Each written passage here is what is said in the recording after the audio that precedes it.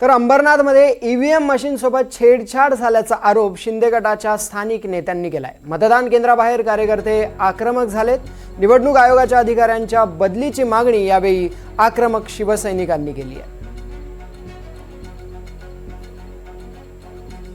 करण्यात आलेलं आहे, त्याच्यामध्ये छेडछाड झालेली आहे आणि विशेष म्हणजे बीजेपीचे तुषार तेलंगे हे इथे उमेदवाराचे भाऊ त्यावेळेला हजर होते।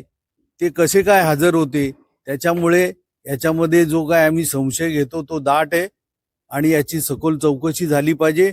आणि उद्याचं मतदान आता ज्या पेट्या उघडल्यात त्या बदलून नवीन पेट्यांचा बंदोबस्त करून त्यानंतरच मतदान सुरू केलं पाहिजे अशी आमची मतदान केंद्रावर आता इथं पाहणी केलेली आहे। क्षेत्रीय अधिकारी उपस्थित आहेत। आता त्याच सूचना दिलेल्या आहेत। ह्या परिसरामध्ये एकूण 6 बूथ आहेत। 6 बूथवर ते तपासणी करतील आणि आता आम्ही जे बूथवरचं बघितलं तर तिथलं तर सील सगळे कायम आहेत, कुठलंही सील काढलेलं नाहीये मशीनचं। तर 6च्या 6 बूथवरचं ते चेक करून जेव्हा त्यांचा अहवाल येईल त्याप्रमाणे पुढचे निर्देश देण्यात येईल।